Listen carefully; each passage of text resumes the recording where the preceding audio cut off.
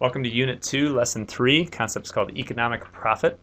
We're moving from consumer behavior, which is what we looked at with utility, to producer behavior. And the very first lesson is just a quick one on the basic question of how does a producer decide whether or not to enter a given industry or not.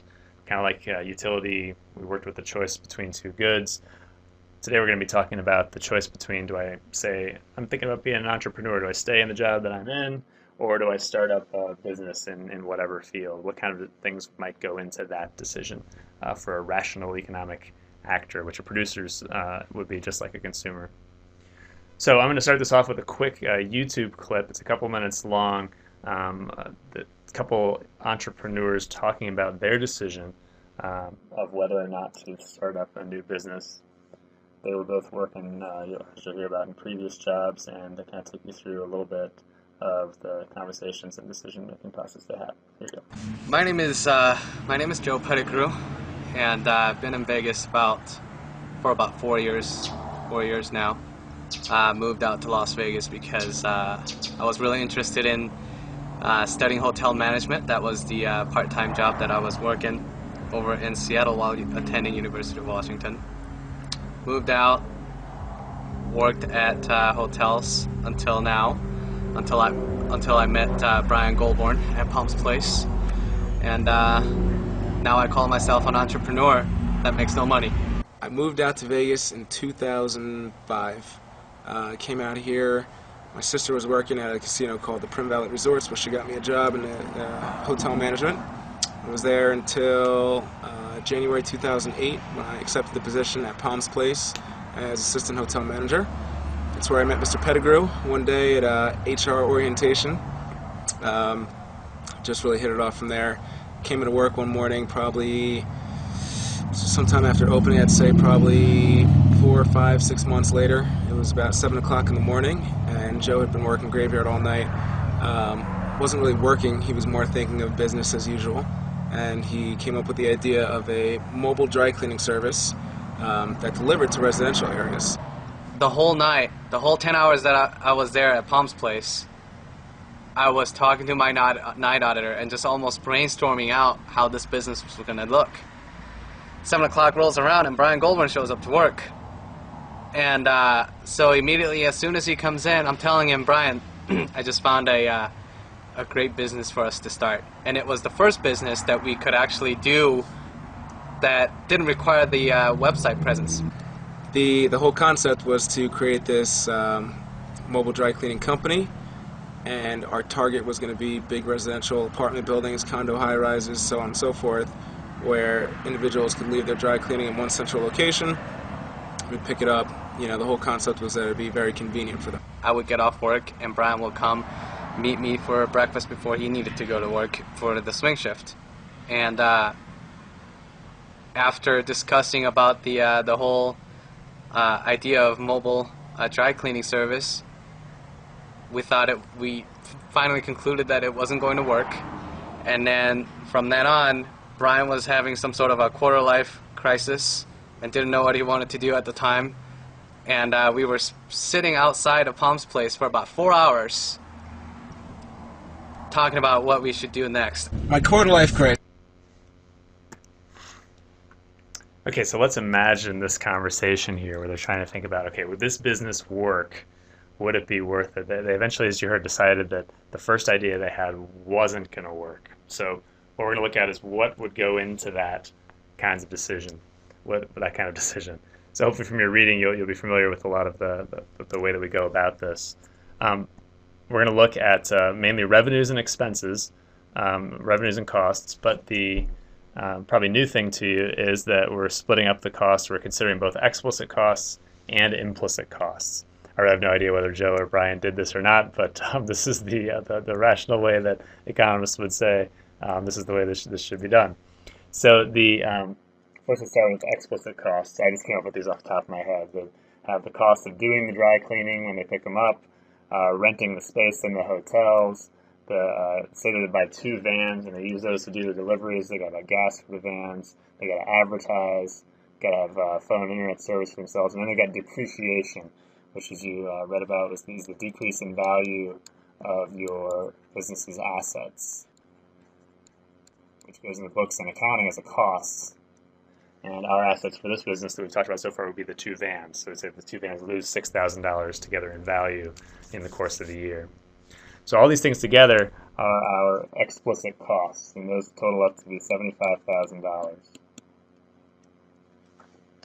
So we haven't talked about revenues yet. What this tells us is that if the business makes at least $75,000 in revenue, they're going to at least break even in terms of accounting profit. Let's be optimistic and say they make $100,000 in revenue, which is just purely the amount that people pay them to do this service. Okay, that means their accounting profit is $100,000 minus $75,000, which is $25,000. Doesn't sound too bad. I mean, nobody's getting rich here, but there's some amount of money that they're making. However, they also have to should consider in a rational way their implicit costs. What are they giving up to go into this business? So now we get to the next part of this analysis, the implicit costs. Also think of these as the opportunity costs that they are facing in going into this business. I'm assuming that both of them were making $45,000 per year at their previous hotel management job. And then we're going to say that they bought those 2 vans for $60,000 total. They had that in their savings accounts. And if they hadn't bought the 2 vans, if they just kept working in their old jobs but keeping it in savings, say they would have earned a 5% return on that $60,000. That means another implicit cost is the interest they would have earned on that savings. Not the entire savings, but 5% of it, which is $3,000. Okay, so the total of their implicit costs is the sum of Joe's and Brian's foregone wages plus their foregone interest, so $93,000. Notice their implicit costs are higher than their explicit costs, which is not necessarily common except for real small businesses like this one. But let's say that that's the case. Well, if these are the numbers, basically what that tells us is that their economic profit, which is the accounting profit, $25,000 minus the implicit cost, $93,000, is the difference between those. So it is negative $68,000. In other words, their economic profit is negative. They're losing money overall on starting this business. And what an economist would say is that means that a rational economic actor would not do it. So don't start the business. It's not worth it to them to do this because they could do better in their next best alternative, which is to stay in their current jobs, making their current wages, keeping their current savings, and earning interest on it. Obviously, this is a very short-term analysis. We're only talking about 1 year. We're not considering whether the business would grow and they make more profit down the road. And you could do that kind of analysis too, but this is just kind of a very simple way of showing how implicit costs, opportunity costs, should be factored into the decision of whether to start a business or not. This business is profitable from an accounting standpoint, which is what is quoted on things like public documents for public companies. That's the profit that's shown there is the accounting profit. But the real decision of whether to do that business or not is a matter of economic profit, whether you're at least breaking even in terms of economic profit. If the economic profit is positive, then we can assume that they're going to start the business. They're going to go into this business. So that would mean our total explicit costs and our total implicit costs are $168,000. If this revenue was changed to something like $200,000, then we would be able to find both the accounting profit and the economic profit. The accounting profit we'd still subtract the $75,000 in costs, so we'd have $125,000 in accounting profit. And then subtract the 93, and we'd have 32,000 in economic profit. Be positive now, and they would go into this business. All right, so that's the basic idea there of how to factor in implicit costs into the profit equation and the significance of it. It makes the difference between whether we're going to go into this business or not. And we're going to use that kind of concept as we go through our analysis of producer behavior, whether producers enter an industry or exit an industry, because it becomes important. One other terminology thing to talk about, the term normal profit. I don't think this was in your book, but we'll use it a lot. It comes from the AP test. A normal profit is equal to 0 economic profit. And note that 0 economic profit always means that you have a positive accounting profit. You can't have 0 economic profit and 0 accounting profit unless you have no opportunity cost, which doesn't make any sense. So you always have, if you have 0 economic profit or a normal profit, that means you have positive accounting profit happening, and you're at least making up your opportunity costs or your implicit costs. Okay, so that was kind of to walk you through the real life one on there and use a little bit more detailed example than the one that your book gives, which is this one. But let's just go through it real quick just to make sure that you're comfortable with it. So they gave us from the book Kathy's Copy Shop with a K. Say the revenues are $100,000. Explicit costs plus depreciation. Sometimes that's separated out. It doesn't really matter. Depreciation is always part of accounting profit. So we subtract 65 from the 100 to get $35,000 in accounting profit.